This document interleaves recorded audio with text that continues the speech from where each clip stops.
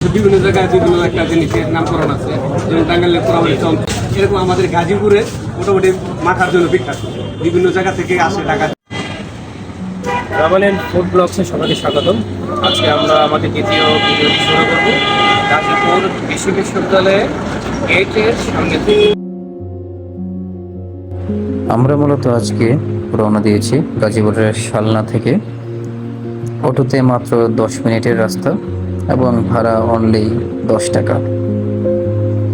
আমি সাধারণত চাকরি করি, চাকরির পাশাপাশি সোশ্যাল মিডিয়াতে থাকার চেষ্টা করি আর কি। বন্ধুরা, আমরা এখন চলে আসলাম গাজীপুরের আরেকটি এলাকায়, সেটি হচ্ছে পোড়াবাড়ি। আজকে আসলে পোড়াবাড়ি আসার উদ্দেশ্য হচ্ছে পোড়াবাড়িতে একটি মাঠা পাওয়া যায়, সেই মাঠার খুবই হাইপ আছে। তাহলে চলুন আজকে আমরা সেই মাঠার কাটতে নিই।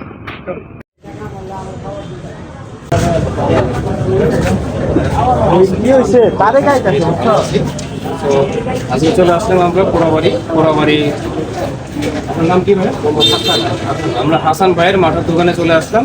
তো এখানকার মাঠার খুবই নাম গন্ধ শুনছি আমরা, ঠিক আছে। তো সেখানে আপনি একটু বিস্তারিত আমাদেরকে একটু তুলে ধরুন। আমাদের আসলে কি বাংলাদেশের বিভিন্ন জায়গায় বিভিন্ন একটা জিনিসের নামকরণ আছে, যেমন টাঙ্গাইলের পোড়াবাড়ি চন্দ্র, বগুড়ার দই, এরকম আমাদের গাজীপুরে মোটামুটি মাথার জন্য বিখ্যাত। বিভিন্ন জায়গা থেকে আসে, ঢাকা থেকে, মিরপুর থেকে, উত্তরা থেকে, বাজার চৌরাস্তা, জয়দেবপুর, শিবপুর, মোটামুটি সব এলাকা থেকে বিভিন্ন দিক থেকে আসে আমাদের মাথাটা খাওয়ার জন্য। গরমে তৃপ্তি পায়, আমার পার্সেল নিয়ে যায়। আমরা দুইটা নিজেরাই বলি, টক মিষ্টি দই করি। আমাদের দুলাবের গরু আছে, বিকালে যেটা দোয়া দেয় রাত্রে করার পরে দেখা যায় যে মনে করেন যে সকালে নিয়ে আসি, সারাদিন বিক্রি করি, মোটামুটি রেটে আমাদের সংসার চলে এবং কাস্টমার খাইও তৃপ্তি পায়। ঠিক আছে, ধন্যবাদ হাসান ভাই। তাহলে আমরা আজকে আমাদের হাসান ভাইয়ের সেই বিখ্যাত মাঠার একটা স্বাদ আমরা নিই। আচ্ছা, চলে আসছে হাসান ভাইয়ের দোকানের বিখ্যাত মাঠা। হাসান ভাই, আপনাদের এই মাঠার প্রাইস রাখছেন কিরকম? প্রাইস আসলে আমরা সীমিতই রাখছি আর কি, 40 টাকা মাত্র।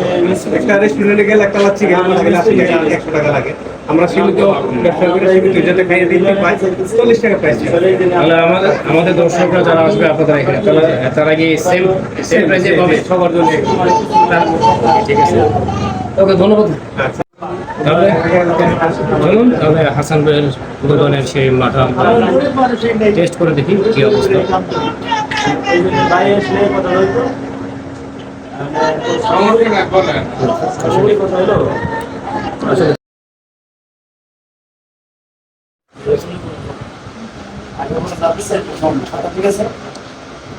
আমাদের অনেক সময় অনেকেই কমেন্ট করে যে আমি এরকম নর্মাল ভিডিও কেন সেটা থেকে আমরা যারা নিম্ন মধ্যবিত্ত মানুষ আছে, আমরা তো চাইলেই কি বিভিন্ন বড় বড় রেস্টুরেন্টে যাইতে পারবো না।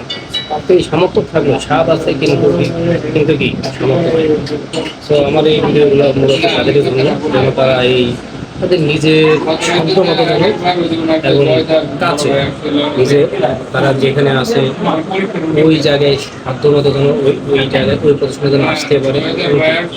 এই সামান্য অল্প অল্প টাকা খরচ করে যেন কি তারা তাদের এই সাধ্য মতো তো আপনারা আমাদের যেমনই কমেন্ট করুন, আপনাদের কোনো আমার কাছে ভালোই লাগে, খারাপ লাগে না। কমেন্টগুলো আমার কাছে ভালো।